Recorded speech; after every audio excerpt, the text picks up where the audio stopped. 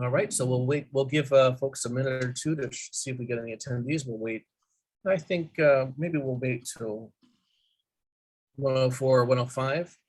Give them a few minutes to see if we've got attendees. By the way, notices about the event were sent, I understand, through Hustle and through email, where the Guild staff have a working email for those members. All right, well, let's do some basic introductions. Welcome to the Los Angeles Trade Tech Candidate Event Chapter Executive Online Forum. My name is Mark Berquist. I am serving as the current chairperson for the Elections Committee for these round of elections happening in May 2022.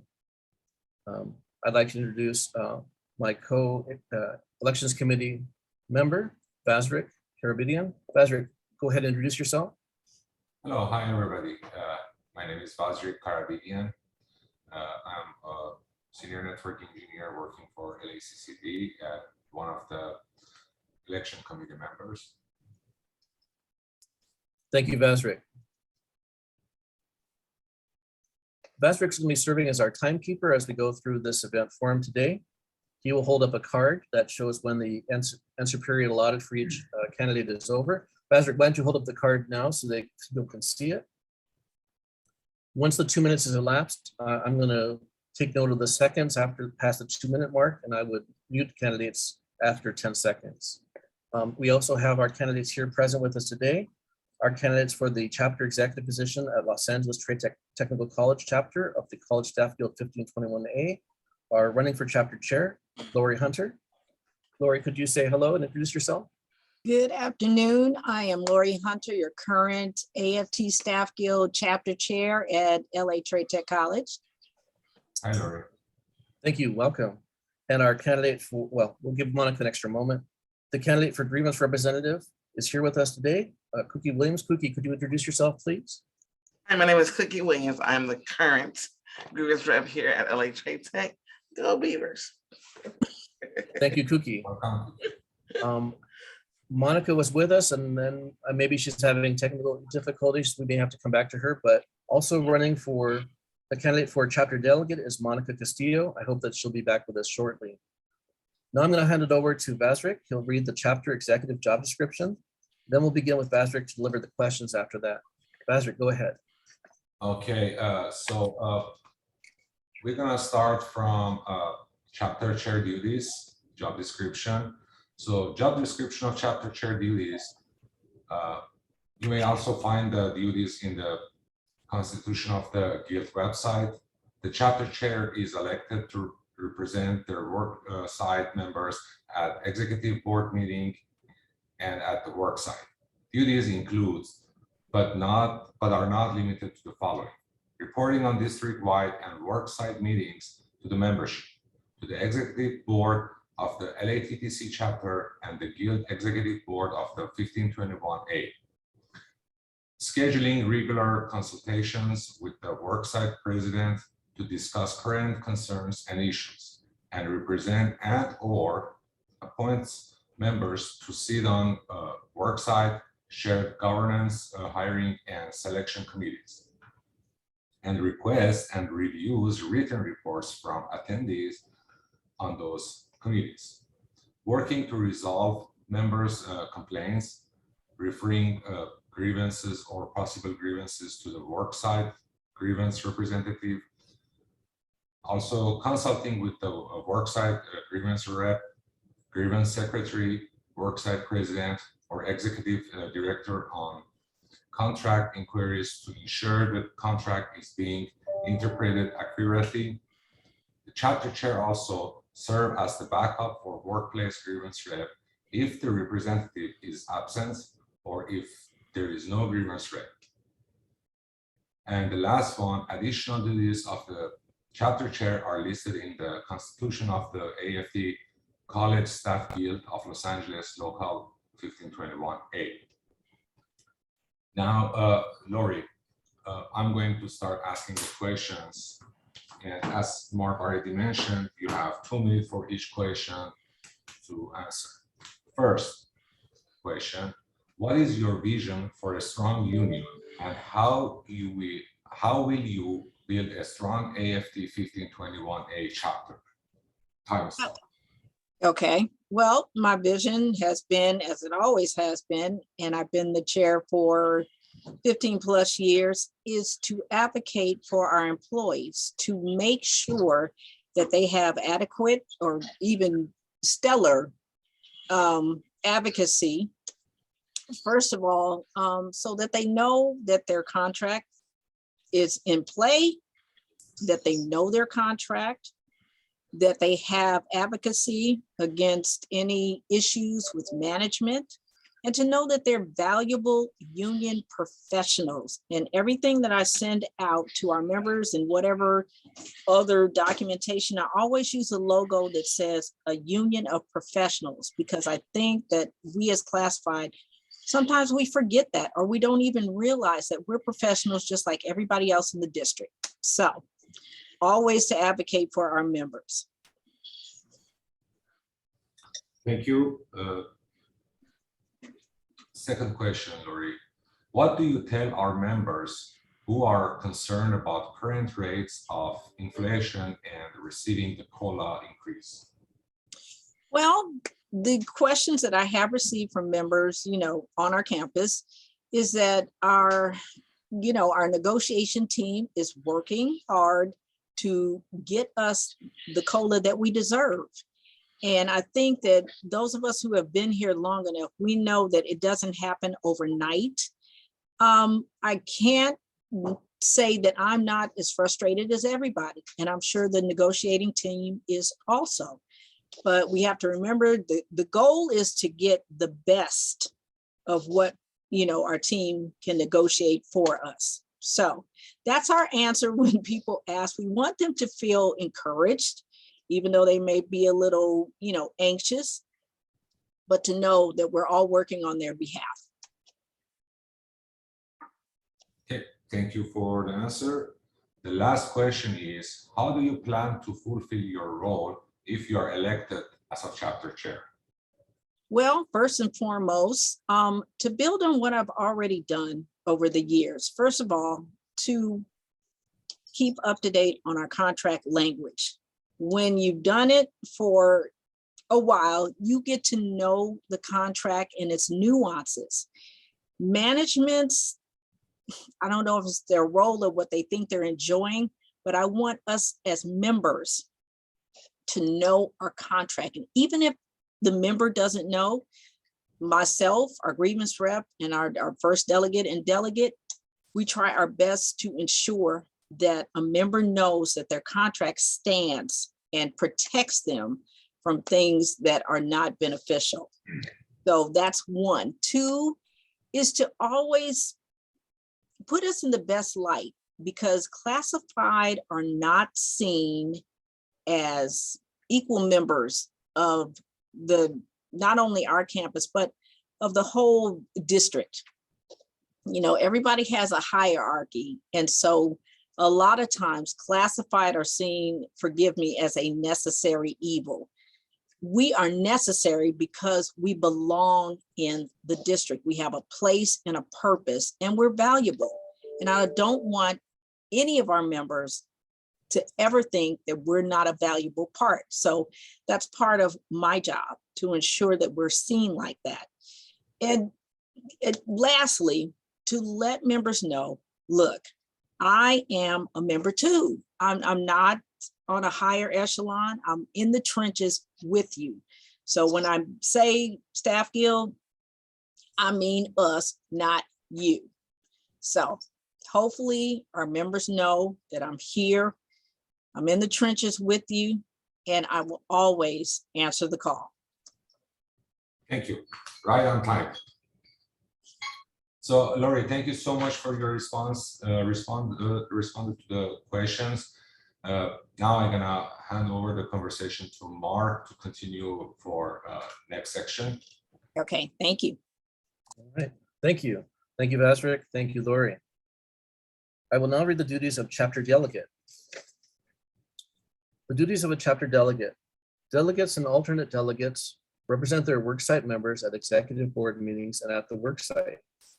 Duties include, but are not limited to the following: to represent members at the worksite through direction of the chapter chair, to develop awareness of the AFT Staff Guild on the worksite and develop rapport with the worksite colleagues and administration, to plan, organize, and assist the chapter chair with the executive board and chapter membership meetings, to understand the Staff Guild Constitution and bylaws, policies, and procedures, to participate in the recruitment of new members and members of the worksite executive board, to build representative structure and assist in the worksite communication structure, to attend consultation meetings with the worksite president, to discuss current concerns and issues, to represent the Staff Guild per chapter chair appointment on worksite committees, to consult with the worksite grievance representative, grievance secretary, president, and/or executive director on contract inquiries to ensure the contract is being interpreted accurately, to assist guild members with inquiries, and to serve as a backup to the chapter chair for worksite grievance representative if the grievance rep is absent for any length of time, or if there is no appointed grievance representative, and when the chapter chair assigns grievance representative responsibilities. I will now turn to the current candidate for Los Angeles Trade Technical College chapter delegate, Monica Castillo, for the next round of questions. And let's take an extra moment to introduce Monica. Monica, you are standing for chapter delegate. Could you take a moment to introduce yourself? Yeah, can everybody hear me okay? I'm outside, so I just want to make sure everybody can hear me. Okay. You may want to get a little closer to the mic. Or- Hold on. It's here somewhere. It's on, I'll hold it. There you go. Can you hear me better? Okay. Yeah, that's good. All right, perfect. So my name is Monica Castillo. I've been working here at LA Trade Tech. It'll be 20 years come this August. I work in the library, and for the last 6 years, I have been a delegate, first an alternate delegate, and then I became one of the 3 delegates. And then this past 3 years, I have been the first delegate, helping or trying to help Lori as we've come through this time of and working from home and all this kind of stuff. So Okay, that's thank you where very I'm at. much. Thank you so much. I'm now gonna I have some questions for you about the role of chapter delegate. First, how do you plan to fulfill your role if you are elected as chapter delegate? You have 2 minutes to respond to this question. Please go ahead. I plan to continue doing what I have been doing all along. I see myself as kind of an extension, an arm for Lori or for Cookie as they need. You know, there's so much to do on this campus. There's so many fires to put out. And, you know, if Lori needs me to be somewhere or to be at a meeting or to speak on an issue, you know, that's what I'm going to continue to do. In addition to being an extension, you know, for her and someone for her and Cookie to, or whoever will be the chapter chair and the grievance rep, to lean on and be of support to. I'm also here for our members. First and foremost, I'm going through it just like everybody else is. I've had a year, and I am here for any of our members to just come and talk to. You know, if you have something to say and you can't get in touch with Lori, you can't get, or the chapter chair, you can't get in touch with the grievance rep, you can talk to me. You can email me, and I will always respond. I will always listen, and I will always, you know, share my words, share the contract, and then, you know, put you in touch with you know, the powers that be, you know, locally, or even if we need to on the way up to our officers and whatnot. But that is what I intend to keep on doing, and just letting our members know that we're here, and that together we are, our members are our leaders. Our officers can only be as strong as our members are, and together we stand, and together we would fall if we start to turn away from the union. And so that is what I'm here for. That I'm kind of like the catch-all, and that's kind of how I see myself. All right, thank you very much for that. Next question for our candidate for LATC chapter delegate, Monica Castillo. Do you feel our guild has made sufficient effort to be transparent with guild membership? How will you increase transparency to build trust and communication with members in our local? Again, you have 2 minutes, and Vazrik will hold up the time when your time's up. Thank you. I do think that there have been great strides to be a lot more transparent as a whole. The union as a whole has been. And that's not to say that we weren't before. I think a lot of times we might get, we're workers too. We, when we take off our union hats, we've got piles of work to fall upon too. And so sometimes we might, forget to say something or share something in, a timely manner. And one of the things that I was thinking about that coming up to this forum is that I have been the one sending out most of like the announcements and things and the letters for Lori and stuff like that. And I want to be a lot more proactive about that and sending out notifications to our members about, e-board meetings that they can, join or, things like that. And just really trying to also help carve out time for us to be more informally there for our members, whether it is, walk around the campus at noon, like we are kind of trying to start getting done, and where we can get some healthy walking and also some sharing of information, and or just having more office hours once we can get a new office. So yeah, because we don't have an office right now. So, but those are the things that I want to do more of, as far as being more communicative with our members. All right, thank you very much. Third question. How do you plan to support the chapter chair if you are elected? Again, you have 2 minutes to reply. As I always have, we tend to communicate on the daily, if not by phone, then by email or by text, sometimes far into the evening, after hours and stuff. And I plan on continuing doing that. I plan on, trying to help her, or, well, her at this point in time, it's Lori, as I've always done. I want to be that extra arm that hey, you're carrying 10 packages, let me carry, let me take on some of those, because there is a lot to do. I didn't realize how much there was to do in the union until I was actually written in 6 years ago, and I knew there was a lot going on this campus. And then actually going to consultations and things like that, I started realizing, wow, there's just so much to do on this campus. There are so many fires to put out, and so by trying my best to be there for the chapter chair, taking on whether it's sending out emails or trying to put something, put notes together, take notes, at meetings and things like that.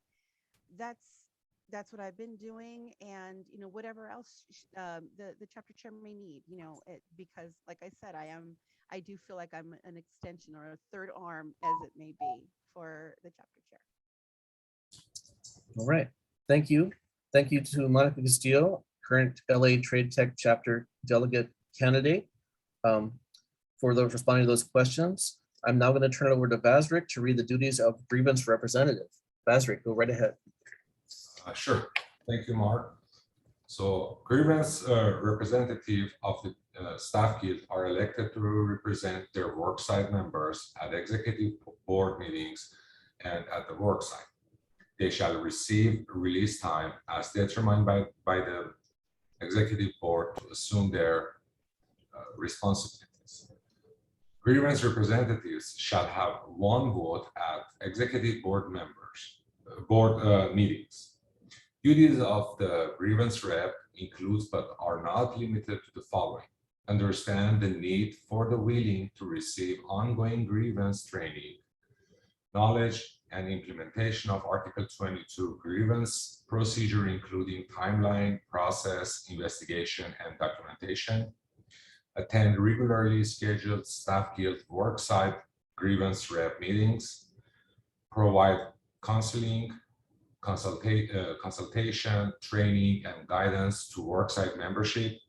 Prepare, file, and argue grievance on behalf of grievance under direction of the grievance secretary. Present possible arbitration cases to grievance review committee.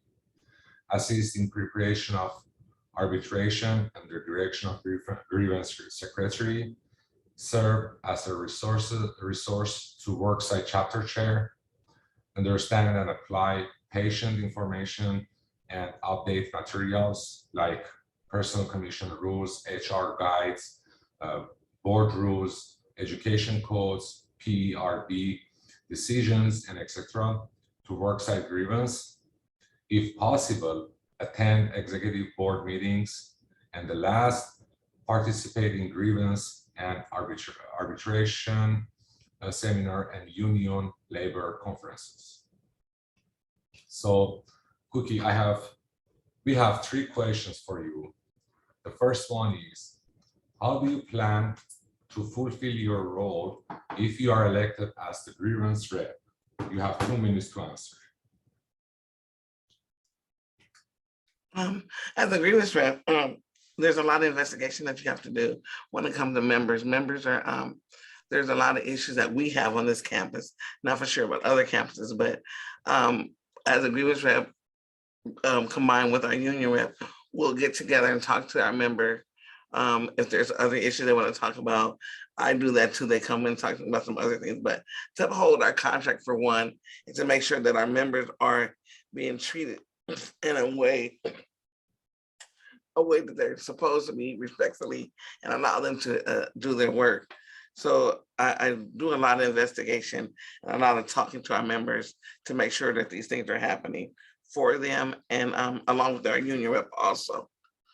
So I plan on to keep doing that and to make sure that they're getting what they need from their workers, their supervisors, their deans, for even themselves. If they're having other issues, we also offer other outside things for them to do. So just talking to our members, making sure they're safe in the place where they're comfortable working. Thank you, Cookie. Second question is, how is your relationship with administrators? I'm really good. Everyone thinks I'm goofy, but I'm not. When it comes to it, I'm very serious. I have a really good working relationship with administrators. I feel that if I go to them and have a conversation with them, they're open enough to speak to me about it. Even recently, we had an issue with something going on our campus, and one of the deans came over and just said, just for clarity, I just want to make sure I'm doing this right. Is this what we're supposed to be doing? And that made me feel good, because a lot of times you don't find the deans coming to you asking for that if they're in the right space or right place of what they're doing. So when she came over and asked, I was like, yeah. And then also, whenever something like that happens, I also make sure I call Lori to let her understand that, this is what happened when the deans came, so we all can be on the same page. We don't like a division. So we're trying to make sure that we're all on the same page. If a dean, supervisor, anyone comes talk to either one of us, even if it's nothing, it doesn't have to be something real serious or big. We just want to make sure that we're all on the same page and understand what's going on. Thank you. And the last question is, how do you plan to support the chapter chair if you are elected? We've been together now almost 15 years. The same way, the one main thing that we really build this relationship on is communication. Having an open communication, open door, a communication with each of us and our members is the way that we need to help one another and our members. I have an open door policy. They can come in here anytime. And then when I'm done talking to them, I let them know when I'm gonna let Lori know this. So that way, if you want to go and talk to her, that's fine. And that's what you should be doing. But we open the door. It doesn't matter. They go to Lori first, come to me. But at the end of the day, it's still that communication that we have with one another to let each of us know what's going on so we can be on the same page with our members and administration. Thank you so much, Cookie, for your responses. Now I'm gonna let Mark continue the conversation on the next section. Thank you, Vazrik, and thank you to our candidates. We now have a section where we're going to ask questions for all the candidates, and we'll call on you one at a time. First question, and Lori will ask you to go first, and then we'll call on Cookie, and then Monica. Lori, what prompted you to become an active member in the union? Again, we'll give you 2 minutes to reply. So I know the story like the back of my hand. I was a delegate, and the current chapter chair at the time passed by my door and said, "I'm leaving." And my response was, "Leaving where? Are you going on vacation?" "No, you can't leave." Said person is at the district now doing great things, and I was shell-shocked, but I rose to the occasion because, like a lot of members or other classified, you get sick and tired of being sick and tired. And so the foundation I had at the time was very, non-confrontational. Hey, I'm just going to do my job. But as I got into the minutia of member problems, I gained strength by knowing the contract and knowing that the staff guild leadership at the time, they told me, "No, we want you to call us when you have an issue." So my goal is and always will be to advocate in a positive manner, make sure a member is whole, if at all possible, address every issue if possible, and always be open and ready to speak with our members. And just like Monica said and Cookie said, we talk to each other all the time, whether it's staff guild business or not. Again, Cookie and I were elected at the same time, so we are ride or die. Monica is right there with us. If Jose was here, he'd say the same thing. And I just want the members to know I will always, as long as I'm chapter chair, I'm there. Thank you very much, Lori.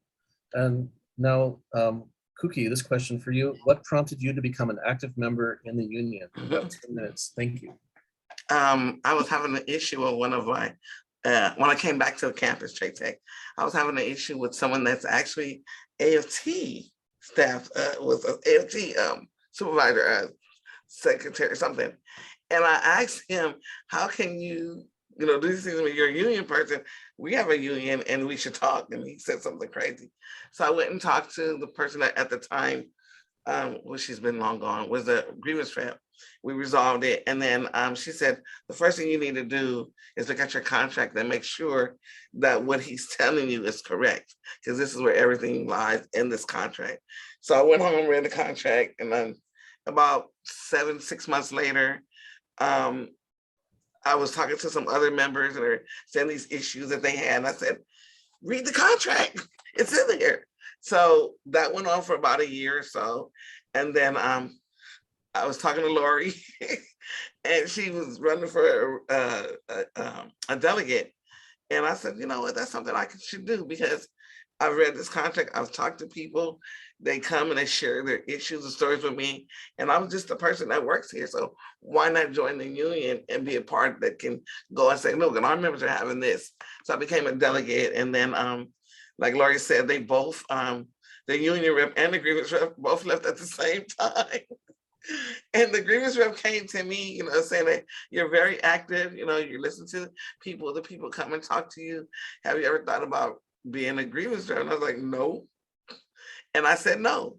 And then next thing I know, the union president contacted me and somebody else, the secretary contacted me, like, someone recommended that you should do this and why not? So we had a long conversation. I said, okay, I gave in. So here I am 15 years later, still fighting for our members. Thank you very much, Kuki. And a question, same question for Monica. Monica, what prompted you to become an active member in the union? You have 2 minutes. Thank you. So I kind of fell into it unexpectedly. I think it was accreditation 2016, where they had the open mic session, and I found myself. I'm actually very shy. This whole situation right now, speaking in front of people, is very hard for me to do, but I do it when others can't. And so I found the mic in my hand, and I found myself speaking out and speaking to truth. And then a few weeks later was the elections, and I wasn't running. And as I was looking at the results, I'm looking at the paper, and it's like, okay, Lori, Cookie, this delegate, that delegate, and the last name on the list as an alternate delegate was me as a write-in, and I freaked out, and I decided in that moment, though, that I could be a voice for those who might not be able or not feel strong enough to speak out. Because, like I said, I speak out when I know others can't, and I take their words, and their words empower me to speak. And so, and I don't know why I'm getting emotional, but I am. So I decided to run again, and I'm going to continue running for as long as I feel that I am able to do anything and to help our members. So that's that. Thank you. All right, thank you, Monica. Our next question for our 3 candidates is this. Our guild has recently gone through a contentious time. What are your goals for the local in the next few years? We're going to start again this time with Lori, with Monica. Monica, if you'll start us off this time, and then we'll go to Kuki and then Lori.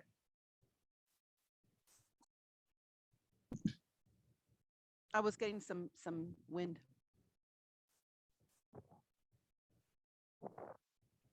Do you need Can you us hear to repeat the question? Yes. Oh, okay. So first we'll start with Monica for this set of questions, and then Kuki and then Lori. So Monica, our guild has recently gone through a contentious time. What are your goals for the local in the next few years? You have 2 minutes. We have gone through some time. We, a lot of folks have come to me and talked to me about their feelings about our union and about whether or not it is valid and valuable for them to continue on. And I have on to them that I have also felt the same. But our union is, like I said earlier, is only as strong as the members. Our officers have no voice, have no strength. They have nothing unless we are standing beside them, underneath them, holding them up, propping them up with our voices, with our being active, with, holding to our contract and staying strong within the union. And I know we have a lot of people, a lot of members who are wavering, and to those people I say, stick around. It's all hands on deck right now. And I think as we are coming out of a contentious time, and as we have come out of COVID and back into working in person and stuff, we all need to band together during this time to become more strong. I mean, our strength is in unity. We need to remain as strong and as powerful as we always have. And I think that's what we need as an entire unit to stress to our members, is that we all need, this is all hands on deck. We are stronger together. Thank you. Thank you very much, Monica. Now we'll turn to Kuki. Kuki, the question for you. Our guild has recently gone through a contentious time. What are your goals for the local in the next few years? You have 2 minutes. Thank you. Kind of a little bit of what Monica's saying. We're stronger as one, as a unit, and to stick together. I know one of my goals is to make our members feel comfortable again. They don't have that anymore with being off on campus. Other things that's going on, behind the scenes. Just build them up, keep them in a place, and talk to them. Let them know that we have to fight and stay strong for what we believe in, because the injury to one is the injury to all of us. So I tell them that we have to stay strong. Recently, I put together a little thing on campus for the whole campus and for our department, but I invited everyone just to come out and then have some fun, feel like, you're in a place where you're welcome. And I don't think we're getting that anymore, excuse me, where we're working. So we're just trying to build up our members to let them know, like, look, it's rough right now. We've all gone through some hard times, but we'll get over them and through them, but we have to stick together. And once they start falling off, then, that's like everyone jump a ship. We can't do it, and who's gonna steer the ship? So we just try to keep them, let them know we have to stand strong together. Even Valentine's Day, we did some stuff for every one of our members. So trying to do something to make them feel whole again. And I think that's the problem. Some of us are feeling defeated. And we're in a constant battle with the district, constant battle with these things, not as a member, and I tell them, they're saying, oh, our union, it's us. It's not just our elected presidents and vice president. It's us as a unit. We're 9 campus. We're 1,600 strong, 1,700 strong. We can stand together and fight. But some people have this tendency of, oh, somebody's gonna get me, they're gonna come after me. And we have to let them know we're in this together. If they come after you, they're coming after me too. So this is what we're doing. We're just campaigning to make sure that our members feel comfortable and understand the process. It's a process, and we'll get through it soon.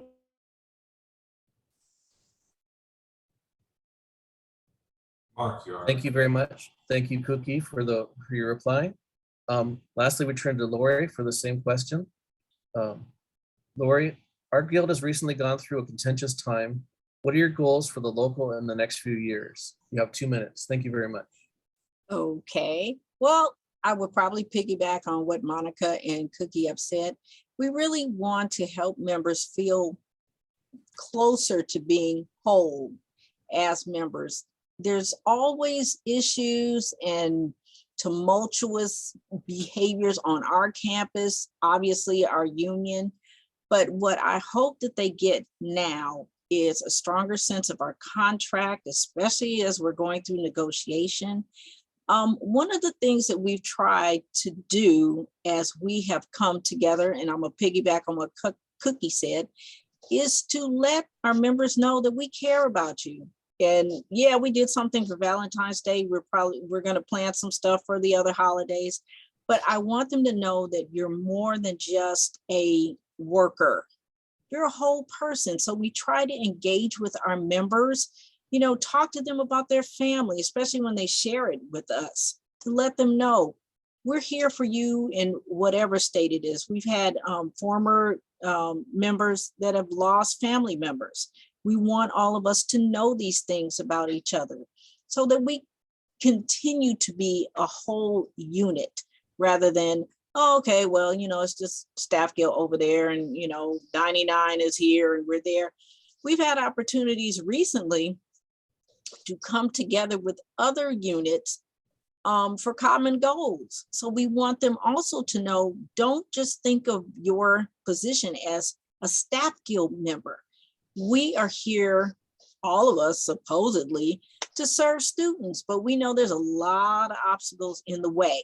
The things that people think about classified, they think we have limitations, but we are some of the hardest working people on our campuses and the district office too. We don't want to leave them out, but that part.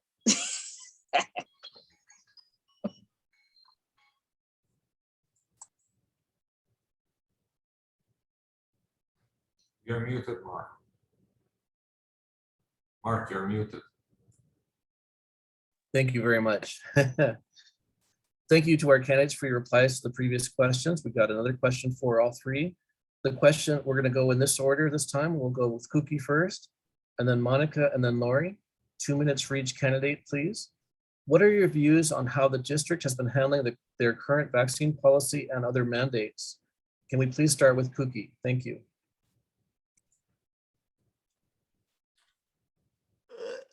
Well, I think in a sense, at first, it's kind of harsh. I think that we as a people, I'm not just saying this, the district itself, and I'm for vaccine, but for some people, you know, you just can't make people do things. And I understand that you want them to work, that's fine, but we should try to figure out some other things to get around it. And it's been working. I'm a true believer in vaccination, but I believe that we all have a right choice, our own, to make our own choices and not to be pushed in a corner to do things that we're not happy with. And then there goes the morale again. So when you make people feel that they have to do something, and something that they don't want to do, then you know, how are you uplifting them in their work area? It affects the whole person. It affects their family. It affects their work. So I understand the policy and what they're doing, but at some point, I think it should have been a conversation with our members, with the district as a whole, and not just this is our policy and this is the way it is. I get it, I understand it, but we should still have a choice. Everyone should have a choice of what they want to do with their lives and how, you know, how they wanted to go about the vaccine. Thank you very much, Kuki. We're going to ask the same question to our next candidate, Monica.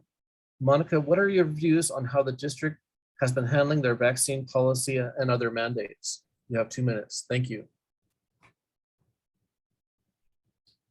Monica, you're muted too. Sorry, thank you. Thank you, I totally forgot. As someone with all of the underlying conditions that point towards a bad situation if I would catch COVID, on the one hand, I've been okay with it. I have personally been okay with the mandates. I have been okay with the masking. I double mask at work now that I'm back. But I'm also the mother of someone who is an anti-masker and an anti-vaxxer, and we've had many conversations. And I've come to understand the point of, not wanting to get the vaccine, because I'll admit I was nervous about getting the vaccine at the very beginning too, and so in the end, I think this has been a difficult situation for everyone. What mask, don't mask, vaccine, don't mask, vaccine, booster, how many boosters, how many more are we going to get? In the end, however, I do feel like everybody should have the opportunity and the chance to say, I'm not good with this. I'm not good with putting this in my body, or I'm not good with now, or what have you. Or, for those of us who want to wear a mask, I probably will remain masked long past mandates being lifted. And, I should have the right to do that too. And so in the end, I think it should be more of a conversation with our members as well as our unit. Excuse me, my hair is all over my face. It should be a conversation between the district and all of our members, as we do have the right to do what we want to do with our bodies. And so we're being called time. There we go. Thank you. Thank you to our candidate, Monica. And now we're going to ask the same question to Lori. Lori, what are your views on how the district has been handling their vaccine policy and other mandates? You have 2 minutes to reply. Thank you so much. Okay, so yes, our vaccines, and also currently, I guess one that coincided is getting the other vaccine for Lord have mercy, I can't even think now. But in general, the district is a very large employer. And so I think that their language and the way that they address it, it feels punitive or almost, disciplinary, because the first statement they always state is, we have a great concern for your well-being. And at the second one, it's, but if you don't do this, we are threatening your employment.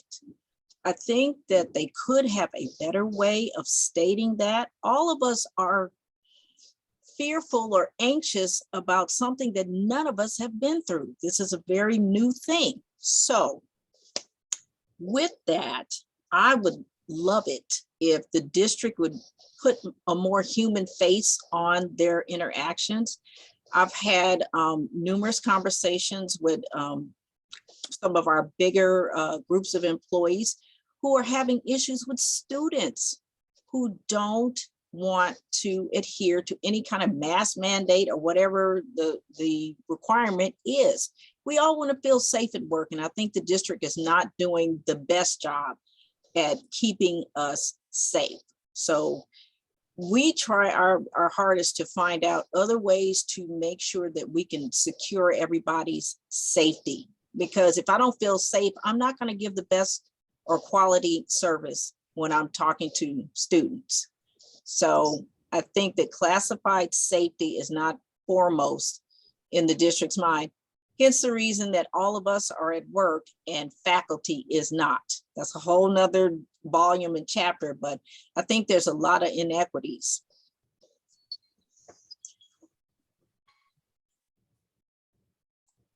Thank you very much, Lori, for your reply to the question.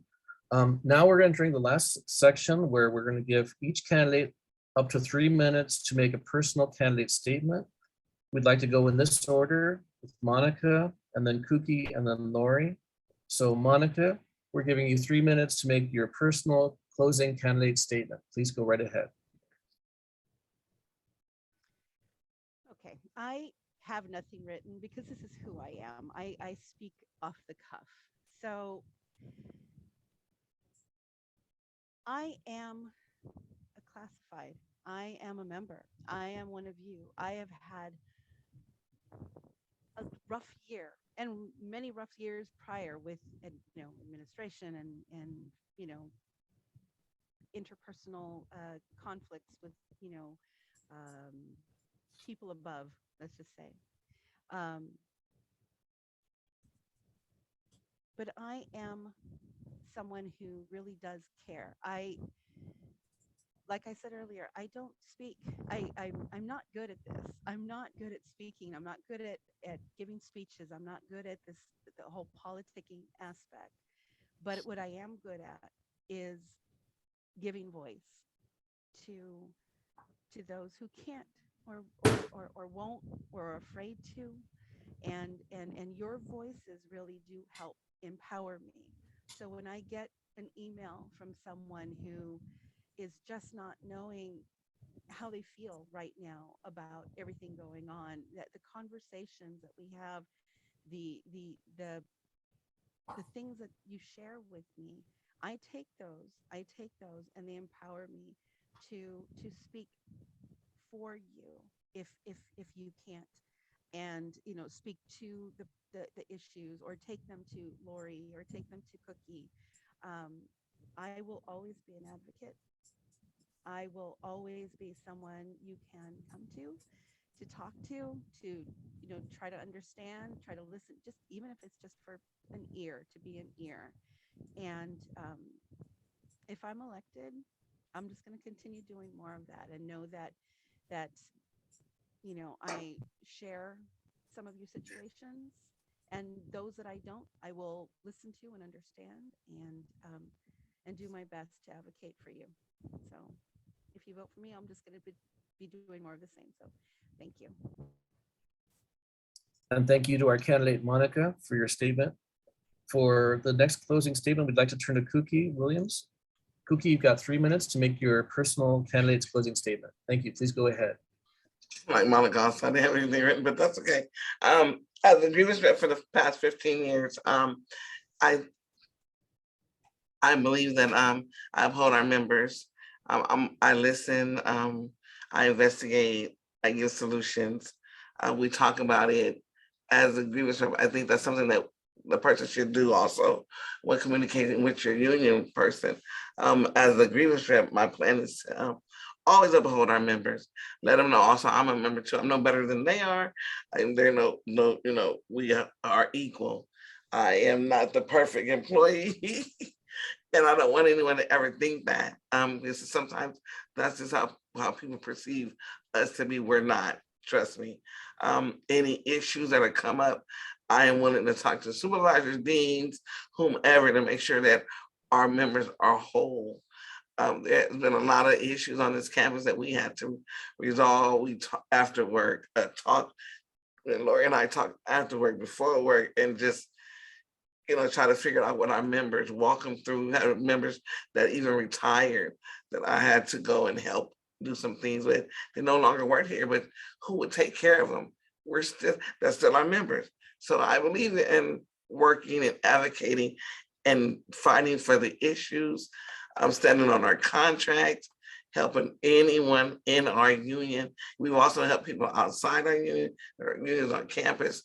We've given them advice on what they should do. So we're basically an information book for our members and everyone else to uphold them. That's what I'm here for, to uphold the members, to make sure that they are whole coming in the door and going out. I'd like to thank candidate Cookie Williams. Thank you for your statement. And then for closing candidate statement, we'd like to turn to our candidate, Lori Hunter. Lori, you have 3 minutes to make your personal closing candidate statement. Please go ahead. Thank you. Okay, so I did write something, but I think the better way is to speak from my heart. Like Cookie, I've been in this for 15 years. Sometimes, life will throw you a whammy, and I had no intentions on being chapter chair. And I thought, yeah, well, after I finish this person's term, I'm going to turn this loose. This is wild. But as you stay and you build a foundation, you build relationships, the one thing that I want every member to know is that being part of the union builds confidence, and it builds a reputation of respect. Now, we may not get everything that we want, and it's an everyday fight. But the one thing, and I've heard little things on the periphery from different other constituent groups, they really respect you. They see that you work for members. That's great. But if the members don't think that, it doesn't matter what management thinks. So my word right now for those that are not staff guild is management. So deans, directors, coordinators, whoever supervises us, I want them to know you will respect our contract. You will not interpret it. That's our job. You're not going to tell us what's in it and what it means. And you're going to do what you're supposed to. Otherwise, if Cookie is elected and I'm elected, we're going to grieve you. So we built that reputation of solid advocacy. Don't play with us. So I'm trying to have a softer, gentler tone and have a more humanistic approach. We want to talk to anybody that has an issue. If any of us walk across the campus, we're not going to get across it without talking to somebody, which is great. I love it. So, but yes, just like Cookie, I want everybody to know we are members too. And just because we hold a position, our work still has to get done. Trust me, we're in the trenches with you. So I just want all our members to know, look, we support you. We're going to give you the best and accurate contract language that we can.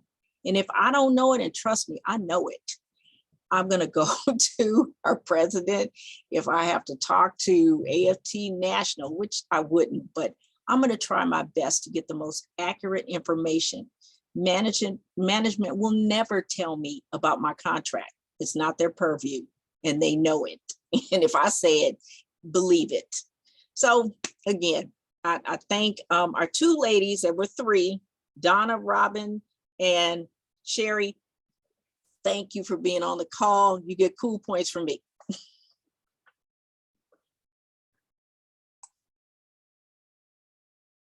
Thank you to our candidate Lori for your closing statement. Thank you to Monica and Kuki for your closing statements. That concludes our forum for the Los Angeles Trade Technical College chapter of the 1521A College Staff Guild for these executive chapter elections. Members, please be alert for the upcoming AFT National Delegate Forums, which will also be held this month. Because the AFT National Delegates will be elected from across our chapters, those recorded statements will be posted on the same day for your viewing. The AFT delegates will be representing all of us of the 1521A at the National AFT Convention held in Boston, Massachusetts this year. An announcement will be made by email and on the Guild website once the AFT delegate statements to membership have been recorded for your viewing. And this recording will also be posted for the Los Angeles Trade Tech chapter members. Ballots for this election will be mailed on Tuesday, that'll be mailed May 10th, I believe, by AAA, the American Arbitration Association, which has handled our elections in the past and again for this election cycle. All ballots must be received by 9 a.m. May 31st, 2022 in order to be counted later the same day. The election committee encourages our fellow guild members to mail your ballots promptly so they may be counted. I want to thank the election committee members, Vazrik and Bertha Lopez. Bertha could not be here today, unfortunately. Our candidates, I want to thank our candidates for chapter chair, Lori Hunter, our candidate, Kuki Williams, candidate for grievance representative, our candidate, Monica Castillo, candidate for executive board delegate, and you, our fellow guild members, for your time and attention. On behalf of the May 2022 election committee, we wish you a delightful afternoon. Please remember, you are the union. Thank you. Thank you, everybody.